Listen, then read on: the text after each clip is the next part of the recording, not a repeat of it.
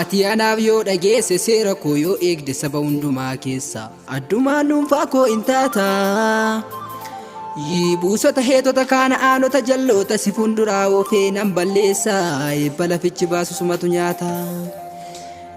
Akka seeraaf dubbii kootiitti yoo jiraatte yeroo hundumaa cina kee goree diina keetti diina nan ta'a. Gaaddidduudhuma isaa ilaalee si baqata diinni kee naasisuun koo si fuuldura hin ba'a. Ergamaan koo si fuulduraa deeme biyyaan si abdachiisa sanatti si geessa. Baarri boo'ichaaf gadda kee hin xumurama gammadaa bashannaqaa jiraatta biyyaan naniif damma baasu keessa. Guyyaa utubaa duumessaa halkan utubaa ibiddaatiin Waaqayyo nu geggeessa.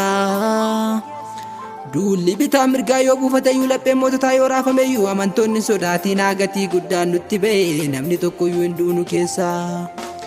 Kakuu du'aan qabnu jireenya malee dhiiga qulqulluu qaraanee irratti nuuf jedhee lolaafame. Yoo deemne singeenya lafa abdachiifame galaannu keenya an ta'een nu dabarsa harka Waaqayyootiin ittifame.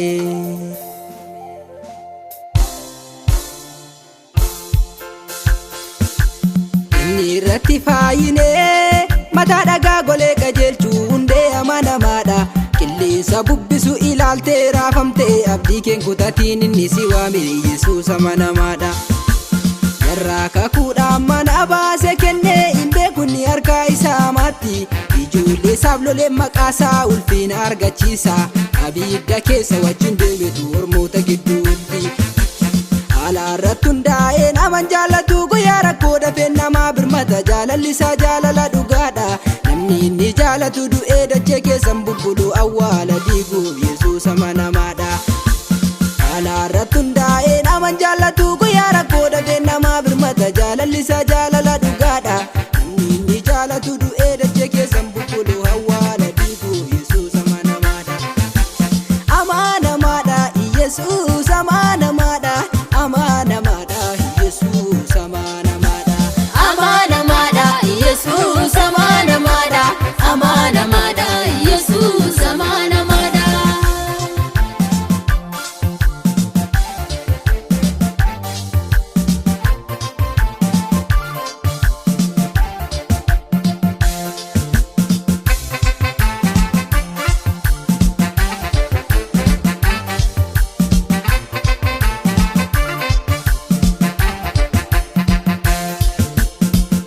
Labsiin diigee sirraa kaasa Waaqayyoon isa sobaan sitti murtaa'e.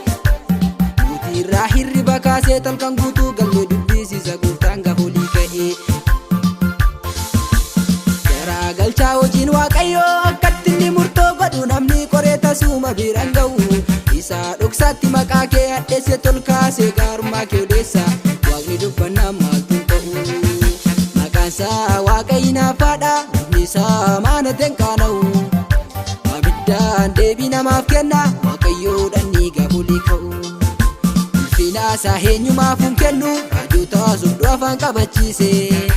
Eeliyaasiif dafee birmateetu waaqummaa isaa itti argisiise.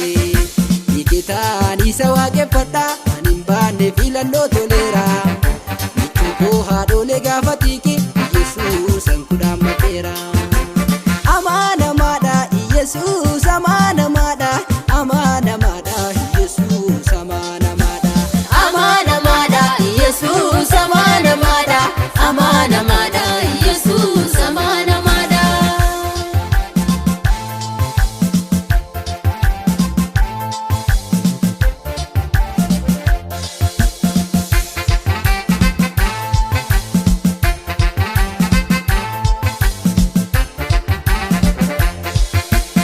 Umuun Waaqayyoon amaanatu badee hin beeku ani takka tasumayyuu kanan dhageenye. Mandara Gibsii keessaa horii kaasee amma namaatti hangafti gaafatu warra Hibrootaarra homtuu hin geenye. Ijoollee isaaf ibsee diinatti dukkaneessa Waaqayyoon ija baasuuf waaqanaaf fuudha. Garaagarummaa uumee warra kansaaf orma gidduutti beekamsi gooftaa daran guddaadha. Rukuttaa isaa dhumaa mootii Gibsii mataa jabeessetu galaana keessa buuse. Halluu waggaa 400 bultii yartuu keessatti dha'icha isaan biyya Gibsii golgoleesse. Namni isaatti bu'ee hin of galu dhagaadhaa inni qarxamii cabaa jecha isaan galaana dhiiga ta'a guuta goototaati maal dadhabaa. Waaqichi ani isa dhaggeeffadhe saba isaa gadhiisu kun eenyudha jedhee mootiin yeroof tuuletti saba isaa harkaa fuudhee boojuudhaan waaqummaa isaa isa barsiisuudhaaf mooticha Gibxii mataa jabeesse wanta warri xibaartuun hin goone dhiitaaf maadaa'uu itti gadhiise. Balbalaa ijoollee isaa dhiigaan cufeetu ergamaa du'aa keessa gadhiise hangafaa warra Gibxii rukutee moo'icha guddaa isaan boochise. Warra Gibxii keessa sammuu fuudheetti Israa'elitti ifaara tolchise akka ofiin barreetti wallaalchise saba isaatiif kaasa kanfalchise.